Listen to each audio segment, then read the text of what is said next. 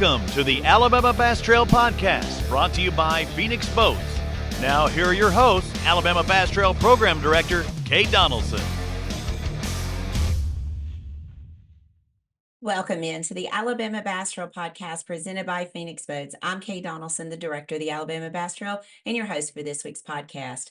I do want to apologize before we get started. I was not on the air last week, did not have a guest. Just absolutely the day got away from me. Mondays are crazy in our office. Luckily, we did not have a tournament recap to do, but I do hate missing a week, especially during a busy fishing time in the state of Alabama. But just so many things going on here in the office. We've got some people out that do some of our other things. And so I was trying to pick up the slack where I could. And the day just got away from me. So I did not get a podcast recorded, and I apologize for that.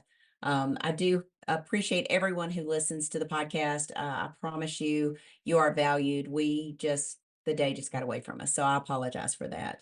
If you didn't already know, take a look at your forecast. You'll know it's an Alabama Bass Trail Week. Really, dude. If you didn't have to look at your calendar, all you have to do is look at the weather forecast, and you'll know that it is an Alabama Bass Trail Week. Second stop of the Alabama Bass Trail South Division, Logan Martin. It is not Logan Martin Lake. It is Lake Martin. I will get it right. Second stop of the Alabama Bass Trail South Division, Lake Martin, Tallapoosa County, beautiful Alexander City, Alabama, Wind Creek State Park, one of the crowning jewels in the state of Alabama state park system. Looking forward to getting back down there to Lake Martin. And I'm going to bring in a guest right now. I was going to wait just a minute and bring him in, but I'm going to go ahead and bring him in. You know him already. He is the former voice of the Alabama Bass Trail. He is Mr. Robbie Floyd. So right after this break, I'm going to bring Robbie in. We'll do the entire podcast. You'll get to see him here. Just stand by. We'll be right back here on the Alabama Bass Trail Podcast presented by Phoenix Boats. We'll be right back.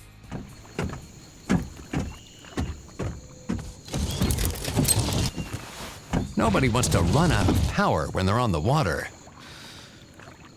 There is a better way. Introducing the Charge Marine Power Management Station from PowerPole that does the work of 3 devices: a traditional battery charger, a charge on the run, and an emergency start system. PowerPole Charge. Welcome back to the Alabama Bass Trail Podcast presented by Phoenix Boats. And as promised, there he is, former MC of the Alabama Bass Trail. Is going to be rejoining us. I know.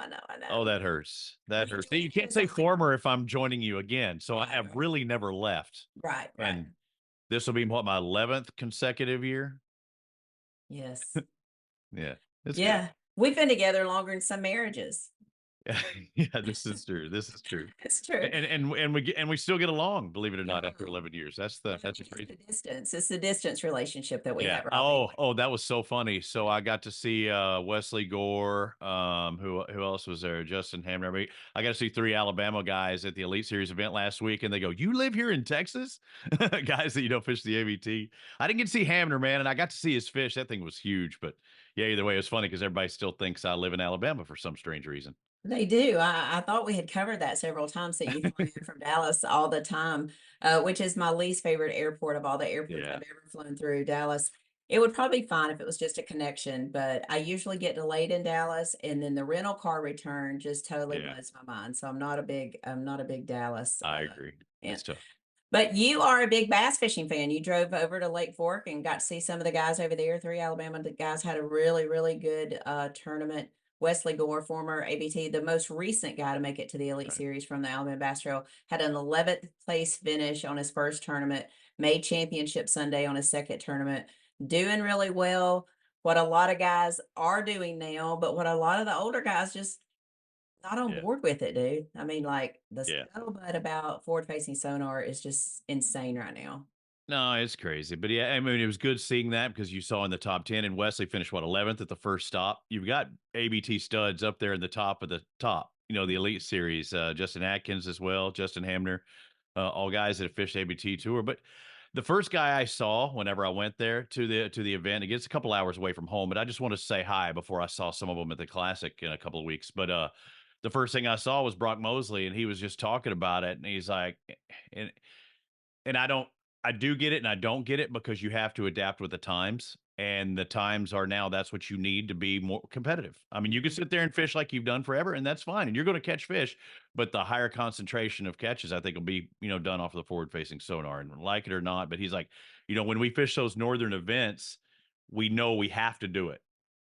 They don't look at it that way for the southern events, but they know when they go smallmouth, they have to do it. Well, now they just saw in 2 weeks' time, if you're going to do what these young kids are doing, you're going to have to get better at that. And that's why you're seeing some of the bombs also, because guys realize that after day one, they're not going to survive, trying that on day two, trying to figure it out. And some it worked and some it didn't, but that's a big learning curve in one day. Oh, certainly it is. We started seeing it last year. I know it was a big scuttlebutt around, viewership, people not liking it.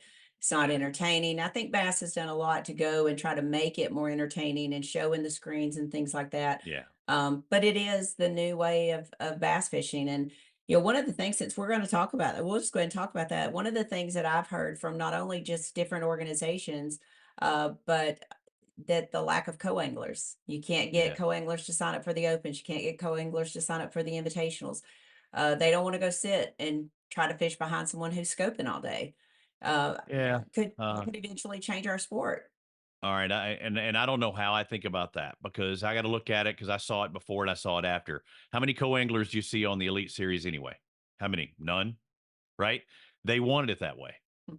Okay, so I can take that out of the equation. How many you see on the Bassmaster Opens? Well, that guy in the back is getting a free ride around with a guy that should know. And I've been in an open boat before and had to sit in the back, and the guy in front didn't know squat. But he should know where the fish are or have a good idea. If he puts you around fish, I've seen a lot of backboaters, a lot of people that were out there fishing in hot areas that caught bigger and better fish than the guy up in front. I've just seen it. So, yeah, I get it. You're not going to be ideal, but if you're in the back of a boat in that situation, you're not going to get the prime stuff anyway because that guy in the front, it's his job to keep you not pointed toward that. He needs to do his job and you need to do yours. So I look at it a little bit differently. And if you want to be in control of that situation, what do? You sign up as a boater. It's tough. I know from from Bass's perspective, if it were me and I was worried about co-anglers and and let's just be honest, the BFLs and the invitationals and those kind of do raise money for those other trails. I mean, Right. those other tours, they have to have those to pay. I agree with you. If you want to be in control, you got to be the boater. You got to pay the extra entry fee. You got to go out there and find the fish yourself. But I do see that in some instances, one of the elite guys has $58,000 worth of graphs on his boat. I Right. mean, does that take us to an elitist type of sport that guys aren't going to participate? One of the high school guys in Texas said, our participation's down because not everybody can afford that. And they're Yeah. tired of going out here getting their butts whipped by someone that's got 6 graphs on their boat. So, Well, I think that will change. So I know nothing's been done, and you don't want to rush to judgment because honestly, they've had 360 for a while now, right? Now they're just getting the live view of the 360 in real time, and that's why you would have multiples going around the boat, and the Japanese guys have picked up on that. So I think the change, and I don't know if it'll happen this year because I don't think you should change something in a middle of a season. But next year, maybe they limit them to two or three or something that can't pass an 180-degree line, something like that. And I get it. It is getting expensive to do this, but as soon as you had the GPS and the side scan and the down scan, it got expensive. Well, I mean, boats themselves are not cheap. right. But I could go out there in a turd boat and catch the biggest fish. I can. And I am going to have to probably have some type of forward facing sonar, capabilities. But I think that's just the evolution of the sport. I mean, GPS in itself was a big benefactor to somebody that didn't have that way back in the day. You try going around Lake Fork with a paper map fast. Yeah. Times have changed, dude. You don't have to do that anymore. I can follow my trail. And I know that's simplistic. Look at it, but things are going to change. The way that you approach it has to change as well. And these pros are seeing some of that. But I think you will see a change as far as the forward facing sonar, maybe next year on limiting the numbers. But dude, we want to sell forward facing sonar. We want people to know that there's a fish out there if I'm good enough at reading. I got a buddy here at home that has one and doesn't know how to use it. How do you know how to use it? You work at it. And those guys are better at it than most. I agree with that. One of the other comments that I've heard from various people is the lures that the Yeah. tackle. There's certain tackle that people just aren't buying anymore. Crankbaits, mainly crankbaits is Right. what I'm hearing. Rattle Swim baits are traps. going off. Yeah, swim baits are popping off, but rattle traps, Yeah. swim baits, or not swim baits, but crankbaits and things like that. You know, the tackle retailers are starting to see a real downturn in the sales of those. Yeah, Uh, I mean, and I could see that is different, but I mean that's you're only throwing what's biting anyway. If I know that I'm not going to throw a worm, I'm not going to buy a worm. I mean, I right. think that will fluctuate, and with a forward facing sonar, I think you put a different bait, and you'll see what Ben Milliken do that. He's not always throwing that swim bait. He'll come with a big crankbait or something and run it by him, give him something to look at. The thing is, the difference is, and I felt the same way. And even going to Falcon back in its heyday, when they're talking about this list, you knew where the fish were for the most part. You knew how to get there. Now you need to get them to bite. And I think that's the way. You just, instead of guessing that they're there, you have a higher percentage. I know they're there. How do I get them to bite? That's still going to be the key. And am I using a little bitty swim bait? Am I using a big old monster swim bait? I mean, Gustafson, he was using his electronics with a small bait down on the bottom. Well, we're not seeing that all the time. It's where are they locating? What can I run by them? I went with Kelly Jordan way back when, just on regular sonar, and we're trying to find the bait fish. You could tell they were bait fish on the sonar and running big baits through them. And there's where the big fish were. I caught a 9 pounder at Fork doing that. It was more primitive, but it's the same thing I did 15 years ago, 18 years ago with other anglers. They're just seeing it a little clearer now. And I agree with that. I agree with that. Of course, we always get those questions on the Alabama Bass Trail. What are you going to do? What are some of the things you're thinking about as far as limiting it or whatever? And right now, we don't see it as an issue on our trail. Probably 80% of the people that fish the Alabama Bass Trail have a Right. Garmin Live Scope unit. That's one of our sponsors. And we haven't seen it change our demographic that much on the Alabama Bass Trail yet. I've heard talk of, okay, we're going to do 5 tournaments with it, 4 tournaments without it, you know, and that's really tough when you've got those transducers already on there and you've got to take Right. those graphs off there. That's that's Yeah. but I know they do have about a month break that they're going to be between tournaments with the classic and everything. So Yeah. it's going to be interesting. I think there's going to be a lot of eyes on the classic as far as how that tournament actually goes off and uh, Right. how it will be dominated by forward facing sonar. So it's going to be real interesting. Yeah. Um, Weather's gonna be good, and just like this week too, that's going to be a big thing. It kind of set up in a perfect storm this week in Texas with the cold front coming through, and it got cold for a couple days. I'm sure it did in Alabama too, and that kind of kept them offshore a little bit. If those fish are in 1 or 2 foot of water, you're not seeing them. I mean, you might be seeing them with your peepers like normal, but you're not seeing them on the graph, like right. you would. Right. So We did have a couple of days of cold weather, but if you didn't have to look at your calendar, all you had to do was look at the weather forecast to know it's now been Astro Week.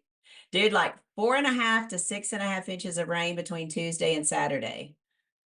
I mean, yeah, I didn't look at those numbers. I did have it written down, and I think one of my numbers, yeah, there was a 92% chance on Friday and an 82% chance of rain on Saturday. So already been thunderstorms. ABT, welcome to it.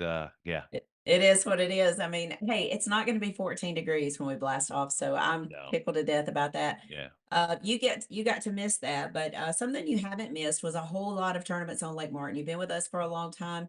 We've been there 7 years already, and we've seen a lot of tournaments go down on Lake Martin. And one of the things that comes to mind to me on either of the lakes that have Martin in their name is a lot of limits.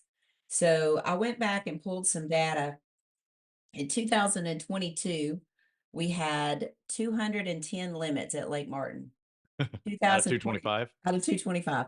Out of in Or was 2023, that two? Was that was less than 220? That was still 200, wasn't it? we were Were we? 2022, yeah, we had Oh, 225. okay, So you had 217 teams weigh in one or more fish, 210 limits.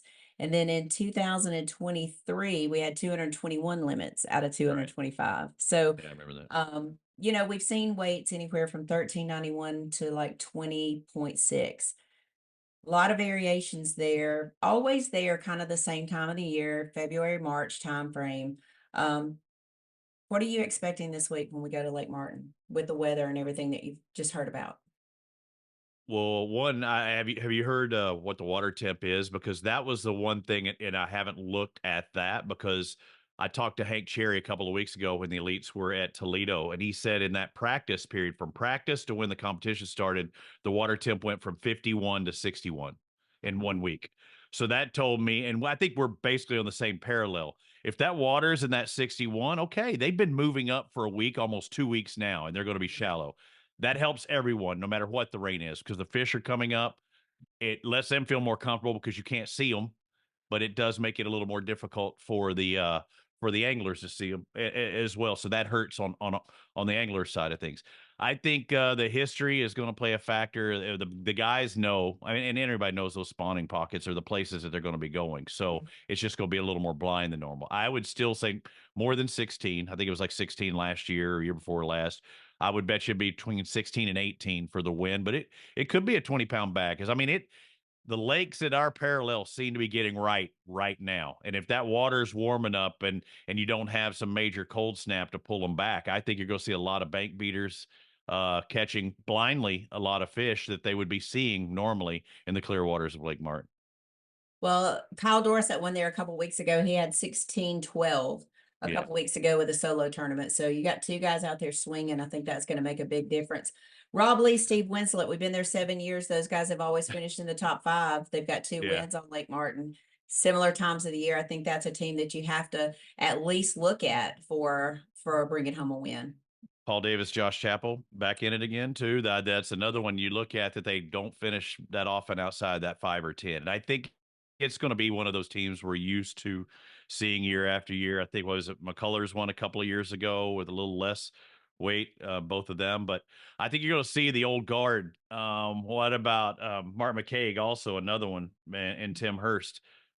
They're going to be there. It's just how much are they going to catch? Because the local knowledge will help you. Again, I think this is not one of those ones where you can be running around 15 million spots chasing. I think they're going to hunker down in areas and make it work in those areas. Yeah, I do too. I think the weather, and I know Mark and Josh Chaplin, Paul Davis, I know they have early boat numbers. So probably a Uh-huh. tournament they would rather have one of those later flights. I think Yeah, they're in that first flight. So they're going to get where they want to go. But right. are they going to need to be there at 4 o'clock instead of coming in at 2:30? Yeah. So going to be real interesting there. I do think you've got to look at those guys. I know you kind of watched and saw the Lake Jordan tournament. We had some young kids that came in and um, really showed out. We had two brand new teams, the Croson kids and then the Millers that came in. The Crosons were in the second place and then the Millers were in 12th place. Again, that young era of anglers that's coming in, like you mentioned, Wesley Gore, uh, Justin Hamner, Justin Atkins, those guys that kind of grew up on forward facing Yeah. sonar. So we're starting to see that creep into the Alabama Bass Trail. So I think, it's going to be a real interesting tournament. I think you're probably going to see somewhere between 16 and 18. There's been some really nice bass caught there between 4.5 to 6 pound spotted bass. So that's going to Yeah. be fun. What leading into it, and that's why I pulled up the weather, and I heard you say something about weather, so I really didn't want to look until now, and I was like, okay, let's see if it's still in the forecast. Leading into the week, though, low wind, good weather. So there is your time to get those peepers out. So never has practice been more important heading into the event as those days prior to this one. So if you can go out there and see some stuff to confirm what you thought all along, like I said, you might be going at it a little more blindly, but maybe even find some of those, beds or stuff and know that I can catch that spot. Mark as many spots as you can, and then yeah, I can pull off and use my forward facing sonar. But I think if you can spot some stuff early, and maybe that's what the guys that have those earlier flights, they better have something to go to right off the bat and not do it as blindly. If not, then it goes back to the forward facing sonar and maybe some of the deeper stuff. But I don't know. I just got a feeling with the weather being so warm, and it is like it's 70 something, 80 degrees here in Texas. With the weather being so warm, I think they're moving up to the bank. And if you can see some right now, and while it's calm, do it because they're probably going to be there on Saturday. Just you can't see them. Yeah, I think so too. We're mid 60s, low 70s yesterday. And we're going to have that pretty much all week. We're going to take a small dip on Saturday, but it shouldn't be anything that's really going to affect surface temperature of the water. Yeah. So Um, and you know, I, they're I hard I to like what you were find saying out. about the numbers though, because you look at Martin and I pulled up Lake Martin and one of the things it pulled up like a fishing report and every one of the things, and I think they just cut and paste from each one. It talks about how infertile the water is. You don't, I mean, it's not the same thing. It's not the Coosa River. There's not a ton of nutrients maybe running in the same thing, but infertile water doesn't breed the numbers that you have. And there, if you want to go catch a limit of fish or you want to go vacation or fun fishing, go to Lake Martin. That's the place. But if you're catching fives and sixes, they can't be all that bad. No. I mean, we're here to showcase all the lakes, and the way that you showcase Martin is by pure numbers. And what do you do in the springtime? If I go through 20 bass, there's going to be some big ones hopefully on the end of it too. So I think you're right. A five or a six could jump up because the sheer number of bass you catch at Martin is almost unparalleled in what we typically see. You know, we've heard guys say they've caught 50 to 70 bass at Yeah. Lake Martin. And I think everyone's fishing trip is different. Of course, in tournament bass fishing, you need the biggest five. But if you are wanting to start someone out fishing, if you want to take someone fishing for the first time, Yeah. I would say go to Lake Martin, go to Logan Martin. Those lakes pump out limits, and you can go Yeah. there and at least go catching. You know, I remember we did a whole ad campaign one time around Jake saying, "Are we going fishing? Or are we going catching?" Because he had no desire to go get on that boat and go fishing. He wanted to go to Uncle JC's pond and go catching. So it is a perfect opportunity to get someone hooked on fishing if you want to take them to Lake Martin or Logan Martin. They I agree. certainly have some big fish in them. I think you know the teams that you mentioned, Josh Chappell, Paul Davis. They had a good tournament this past weekend on Logan Martin. They had a good start to the ABT 100 series. I think they're primed. They're right there. I think that's a good call. Mark and Tim, you always got to look at them. I wonder if some of the new teams that we saw this year, we had almost 75, 80 new teams in the South. Is there Right. someone there that can jump up and surprise us? So it's going to be real interesting to see some of those guys coming out of Georgia as well. One of the other things about Lake Martin is we always see about 100 limits that go from that 7 to 9 pound range. Right. So, you know, it makes for a long way in. You usually Yeah. have to use a lot of Oh, words. thank you. I appreciate that. I appreciate that. Well, Yeah, but that's one of the fun ones though, because again, and you know if they're around that mark, you don't want to talk to them, and they don't want to talk for very long because they're like, I'm not in it. But I mean, you're truly in it when you're catching those numbers. But it's just a fact of the lake. I'd much rather have a tournament where we're concerned about, man, we've got 220 limits than going like, man, we've got 115 limits. You know, I'd much rather spend that time because it's going to be the same amount of time either way. We're on stage. or 26 limits at Neely Yeah. Henry. Shh. Shh. Oh, that was a tough live. It was a tough weigh in. I know I was stressed out, wondering if we would have 40 teams to weigh in, or was Yeah. I going to have to split a certain amount of money by 180 boats. So I was a Right. little stressed out about that. So Yeah. let's talk about, you know, you've been to Lake Martin, we've been to Jake's, we've been to the Mexican restaurant that's right in front of the restaurant, right in front of the hotel that we stay at. There's some really cool places there. We're going to get over to Collegiate restaurant on Thursday night. I'm going out to dinner with some people then. I'm looking forward to getting back down to Logan to Lake Martin, and also at Wind Creek State Park. They have a new glamping. I should have booked you there. What? Really? Are Glamp, they like little TP like wooden structure kind of yeah, things or? I think so. Like, what is it called? I can't remember. But anyway, I've had several guys say that they've stayed there and how cool it is. So Yeah. I'm kind of looking forward to getting out there. I'm not staying there, but I would like to go and see it. So for We back at future the Hampton? purposes, We at the Hampton? yeah, Yeah, we're at the yeah, okay. Hampton, like my That's first our time. So that's our old faithful. it is close to our Yeah. favorite Mexican restaurant. So, Yeah. but I But haven't. also, I mean, when you're saying that, and as I said, if you're going out there and camping, and you mentioned Logan, but when you exit the ramp there at Wind Creek and you look over to the left, like if I had a fifth wheel or I had a trailer, that's where I'd want to go. Oh I yeah. mean, you could park there, spend the day, go back out, do whatever you want. I mean, it's cool. I mean, the glamping thing, I know people that do that, and they'll even do it at certain races. So just having another affordable opportunity, I think that's a big plus. But I mean, even bring your own. I'd sit out there in the camp. That would be a great place to go and have some fun. A lot of our guys camp at Wind Creek. You know, it's to me, I love being in the state parks because you have lots of options for your accommodations and all of that. You're close to the boat ramp. I love it when we stay at Lake Gunnersville State Park or at Lake Yeah. Eufaula. We're just right there. So it is very convenient. It is still an affordable way to vacation. And with housing and lodging going up the way it has, it is a perfect opportunity for our guys. So I- I'm looking forward to that. I want to talk to you a little bit about some of these other lakes in Alabama. I know you're familiar with Lake Gunnersville. That Toyota series, dude, they were pumping out like multiple, like 34 20-pound bags Right. in the pro division. And I think they had somewhere around 10 or 12 in the amateur division on day one. I mean, that lake is on fire. Just Yeah. absolutely phenomenal lake.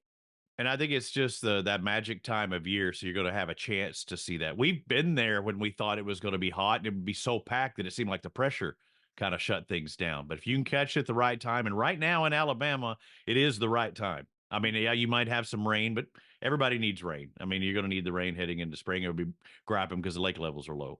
But yeah, and once the grass came back to Gunnersville, no, they're not low. I've said if you don't have the rain, the levels will be low. Yeah, I was gonna say, you mean somebody would gripe? You mean Yeah, no, oh yeah, no, they're going to gripe. someone would gripe? It's too dry, it's too wet, it's too cold, it's too hot. Yeah, I can't make it. But yeah, once the grass at Gunnersville, it started coming back way back when, and that was its little struggle period before, when they killed the grass off. Once that grass has come back, the fish are good. It's still the strongest lake, I think. I know Eufaula. They say it's the bass capital, but Gunnersville, you can't beat that one. I don't think as far as big fish and size. It's just a good lake. Yeah. Yeah, the numbers, I mean, doing that many big bags is tough. And we've had it before on our tour where we've had those big bags. But if you're going to catch one in the state of Alabama, that's the place to do it. I think so too. Wheeler's been really good as well. There Yeah. hasn't been any big tournaments on Wheeler yet. Some of those are coming in June. The Elite Series will be here when we're at Lake Eufaula, so I won't get to see that. But looking forward to having those guys. Probably the tournament that I'm looking most forward to on the Elite schedule is Yeah. Smith the weekend before 4th of July. I cannot even imagine the boat Why is traffic. that, Kay? Why can I not imagine the boat traffic? That place is insane in the summertime. They are gonna have to have their fish by 10 o'clock. I mean, because Well, which would be crazier, was Smith or Martin? Because I heard Martin was the party lake at 4th of July. Smith, Lake Martin, and Logan Martin all have tons of boat traffic. I will say this, Wheeler, we don't have that. We are more No. of a industrial lake. We have 20 Yeah. Fortune 500 companies on the lake. The barge traffic is very important with all the businesses we have on the lake. So Wheeler, we don't see that as much. Gunnersville has its spots, For but when sure. you think about Smith being a deep, clear recreational lake that you see, and then Martin is so deep and clear, and then Logan, I think it's just where it's situated between Atlanta, between Birmingham. It's just a good vacation spot, and there's some really cool places over there. I hate you weren't with us in January because I found something that I know you would like. I know you're on this carnivore diet, so you wouldn't have been able Oh, to. yeah. I look skinny, don't I? Hang You on. do. Dog knocked my KVD out. Uh-oh. Uh-oh. Fried banana pepper rings. Oh, I haven't had a vegetable in over a month. Yeah, well, I, let me tell you, that was serious. I got on a bourbon kick too at the wrong time, and I finally had some the other night. Again, I was my only cheating over a month and a half. But fried banana rings sound delicious right now. So is it banana pepper rings though? Right? It's banana pepper. Mm-hmm. That sounds like heartburn on a stick right there. Is what it sounds like to me. I was really excited about it. I'm just going to be real honest with you. I'm I tried it. I loved it. I went back at the second night and had them again. I mean, they were so good, so good. And where did you get these at? They were at a place called the Stillery at Logan Martin Oh, Lake. It was really cool. Right down. distillery sounds like my kind of deal if I'm on a bourbon kick. So Well, speaking of that, there is a place called Lake Martin Brewing Company. They have lots of craft beers, lots of cocktails. They have pork belly sliders. now, see, there's my deal. I can't have the bun, but I'm all about the pork belly. So Yeah. let's try that. Yeah, I think that's going to be a good one. I'm excited about that. I got to talk to you over the weekend. We're going to go ahead and skip a break. We're going to go ahead and skip a break and get right into this. Talk to you over the weekend. I was at a UAB baseball game. Jake went 7 for 12 with 7 RBIs, including That's all right. That's serviceable. That's extremely adequate. well, it's extremely adequate. 3-run home run to tie the first game that we ended up losing in the night. Correct.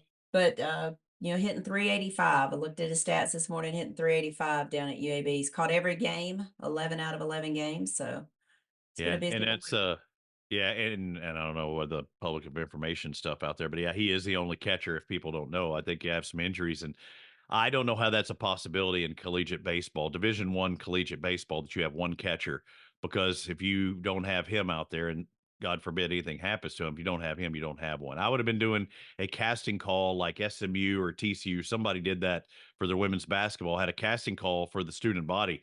There's a high school catcher out there that could be catching bullpens right now. He needs to be on the team. Yeah. But Jake doing what he's doing, at least honestly, he's getting the ABs and he's getting to showcase what you and I have known that he's been able to do all along. And University of Alabama Birmingham is getting to see what they've been missing for how many years. Montevallo knew it.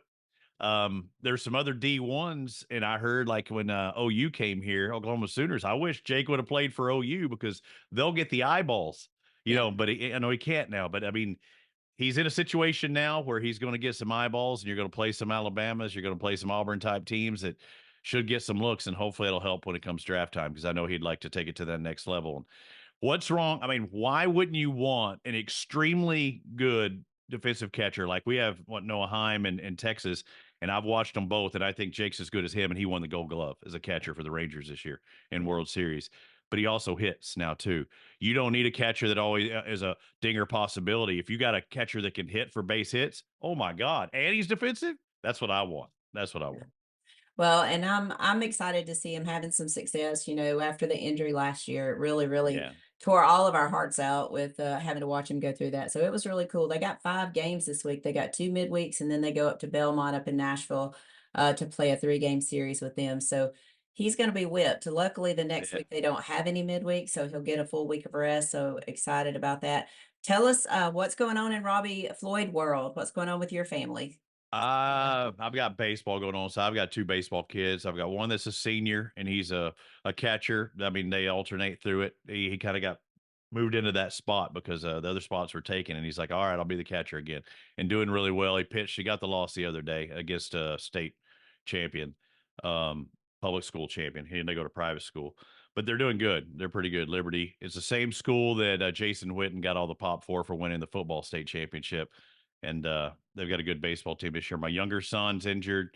He's had a fracture in his back, a pars fracture. When we did the USA baseball tryouts last year, he was still talking about pain. I took him, and that was what, June, July, August, something like that. He had the pain, and he's still dealing with that right now. So he hasn't played any since last summer, and his team's doing good. So I just need him ready for the summer. His coach is a MLB All-Star, and his son's going to be a stud too. So it's rough watching his son and another freshman on our high school team doing well, and my son can't get out there, but he'll get the chance, and it is what it is. And everybody's saying he's got plenty of time. He's just a freshman. But in today's world, it's stupid how much social media and everything else and pumping and all of these recruiting things are saying, oh, we see this kid. Well, my kid's sitting on the sideline and they don't know he can throw 85, Yeah, as a freshman. So that's it is true. what it is. Have you had any SFC stuff yet? Have you called any? No, the first one's supposed to be tied to the National Football League, and will be in Fort Lauderdale, Florida. I know they're finalizing the athletes that are going to be on there. It was really fun last year. Dalvin Cook and who else won the other one? uh Dalvin Cook and somebody else won last year with Team Gypsy, but it'll be paired with the Sport Fishing Championship and the NFL. So that'll be good. That'll be our kickoff, and then we get into the season. So I'm looking forward to it. Contract signed now. I just need the event to happen, and I'll be good. But yeah, moving to offshore world. And again, for those who don't know, they're like, "What happened? Why'd you leave the ABT?" It was just it was a decision that we needed to make, and you said it. Hey, we need you there for what we can, and unfortunately, some of the events I was supposed to have done didn't happen earlier this year, or else I might have still been doing the ABT stuff. But yeah, I'll do whatever you need me to fill in. I'm your guy. You bring in the righty. I'm there for you. I appreciate that. Hey, in a couple weeks you'll be back on the Bassmaster Classic on the water stuff. Got any thoughts, premature thoughts going into that? It is it going to be the forward facing sonar show? I mean, and I know we started off our discussions that way because everybody's talking about it, but that's what you're going to see. And they've got the technology, as you've seen, to show you what they're seeing on those camera boats. And I'll have the opportunity with my guy, Dan, Miami Dan as well.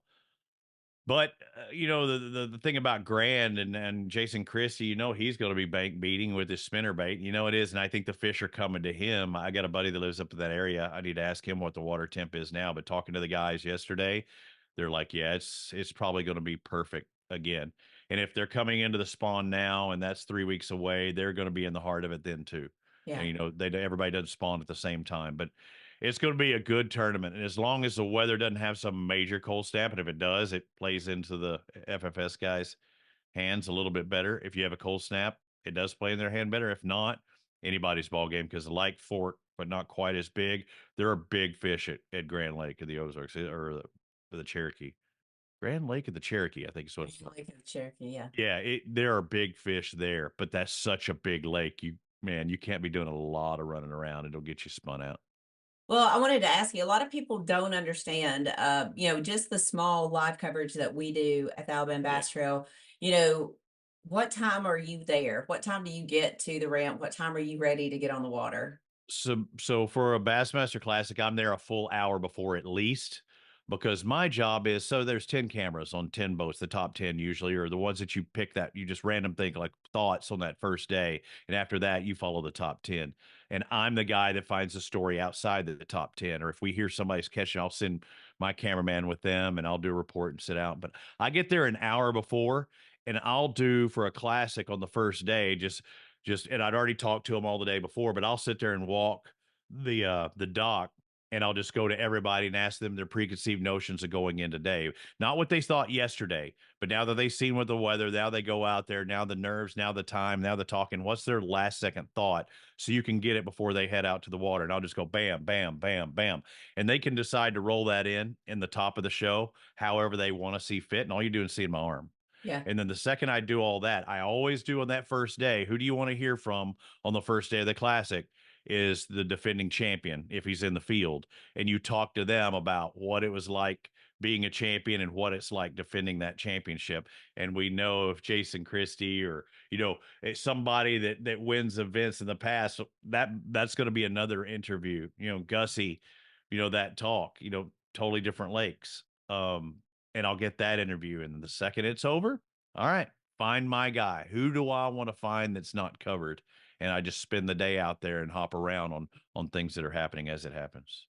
And then always on the last day, you try to be positioned with the guy that's in the lead, or the guy, you had to run Near. to Randy Howell Yeah. here at Lake Gunnersville. So really Yeah. fun week, And but they it's think, exhausting, isn't it? yeah, but they think that if I'm coming in with them or I'm talking to them, that they've won. It didn't happen a couple years ago when I'm with Stetson Blaylock, and he caught a fish in the less than 2 minutes left that I thought won it for him, and it didn't. But that's the first time I've ever went back with somebody and it didn't win. And it wasn't like I was trying to be with him as he caught this last fish. I'm looking for that guy that's outside, or we think he's outside, and all of a sudden he jumps into the lead. It was a perfect scenario. He just come up a little bit short, in that scenario. But I would love to be with the guy that nobody's looking at, and me be there to tell his story as it happens. And I'm going to ride in, and I'm still going to ask him the same question I asked Gussie last year, and I felt bad. I don't think I've ever even told this story, that I'm riding back with him after he didn't even have a limit, right? He struggled the whole day. He's fishing the river that he wouldn't fish if he would have had a limit, or, barges and stuff right there at the edge. He's trying to catch that limit at the last second. I say, hey, can I hop in your boat? And I'm asking him all the hard questions. I know for a fact he thought he had lost the Classic. And you're riding back with this guy knowing that he probably won the Classic, and you're trying to talk him off a shelf. But if you watch back that in its entirety, and I think they did show it a week or so later of the full interview I did with him, I mean, I'm like wanting to try and pick him up, going like, dude, hey, just keep positive thoughts and head out there, because it was one of those moments where I've got it, I've won this, to, oh damn, I lost this. I'm gonna throw up before I ever get to put my boat on the trailer, because I just lost the Bassmaster Classic, and you felt it in him. And I'm like, hey, bud, just keep your thoughts up. You don't know what anybody else has. And he wound up winning it. It was a cool moment, but at that same time, I mean, I'm like, come on, let's I want to see your real emotion. And that was true. Yeah. Is there one classic that sticks out more than others? Howell's coming back was pretty awesome, because again, you didn't see that coming from anywhere, and being there for that moment as he was doing it. And Randy's a friend of mine. I'd been fishing with him before, and not only catching up, but then going out and with me out there too, and him going out at Spring Creek and over where he lives now, out in that area, catching a 6 that kind of really got him there. You Yeah. know, it wasn't just the ones right at the bridge. It was that 6-pounder he caught away from the bridge. How do you leave this magic spot, go somewhere else? And that's the one that really puts you over, Right. seeing those changes. The other one would be Jordan Lee. And how do you, again, he's outside the top 10. He didn't even have a limit both days going into that final day. Why would I follow, out of all the people, a guy that caught 3 fish or 4 fish, whatever it was on that second day? Why would I follow a guy that only caught 3 or 4 fish the day before? Because he told me one thing when I catch them before they go into the thing. And again, I'm hitting everybody up. He said, Robbie, he said, I got that for the 5-pounders, but whenever I got it up there, I saw 5 more with it. And that was something at Lake Conroe that nobody had said that whole time.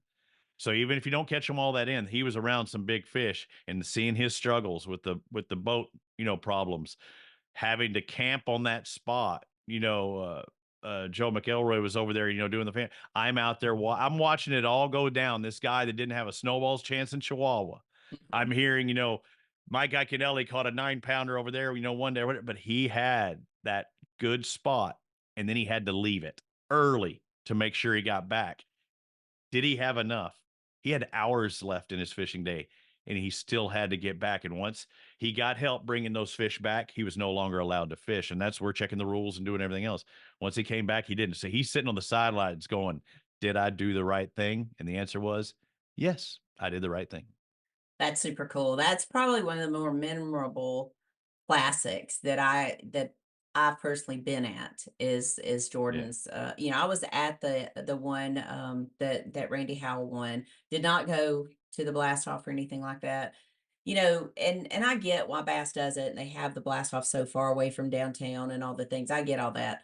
And I love it because they go to Gunnersville and they do that. But it does prohibit people who have to be on the show floor at a certain time to be able to go and do that. So Right. I'm looking forward to being in Tulsa for the first time. I'm going to fly. I'm not going to drive. So I'm looking forward to I'm not. driving, so you got me beat on that one. And I've got a Red Bull, like a marketing meeting that I'm doing the days prior. So I'm basically driving from Austin to Dallas to Tulsa. So I'm going to be a little beat up for media day, but Yeah, I'm yeah, it's good. I'm excited. John and Daniel are going to be going with us. We'll have all three of us in the booth from time to time. I'm sure we'll rotate in and out of there, but I'm looking forward to getting to Tulsa. Looking forward to seeing a lot of friends you only get to see at the Yeah. Bassmaster Classic. A lot of those guys don't make it to ICAST when we're all together again. So looking Yeah. forward to getting to Tulsa. Looking forward to seeing you on Friday. Yeah. Unfortunately, it will not be good golf weather, so I guess you can leave your golf clubs at home and That's okay. and I haven't play. been golfing well either. So it's okay. I need the break. Need the Well, break. I haven't been golfing at all, but even when I do golf, I don't golf well. So, well, good. Kayla doing good, I guess. We talked Yep. about the Yep. boys. Kayla doing Yep. well.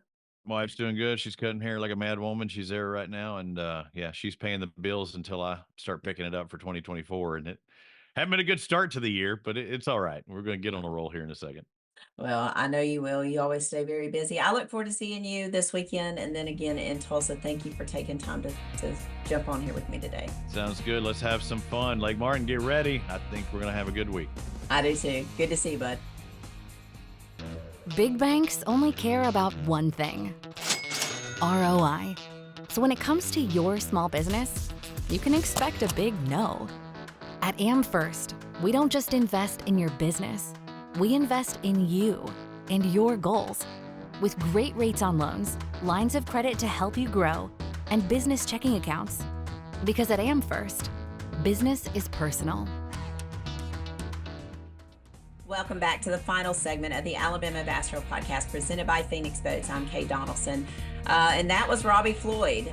Good to check in with him. Excited to have him with us at Lake Martin. I keep wanting to say Logan Martin. We've already been there. We go there next month. It's Lake Martin's time to shine, and I'm looking forward to that.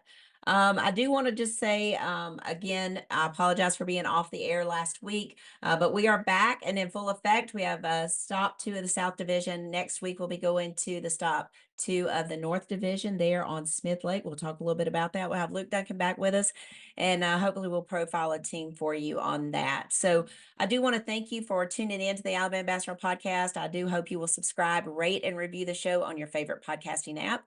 But until then, I do hope you will get out on the water in the great state of Alabama. And as always, God bless, good fishing. And as our great friend used to say, Mr. Big Daddy Lawler, get outdoors and go Blazers. Y'all have a nice day.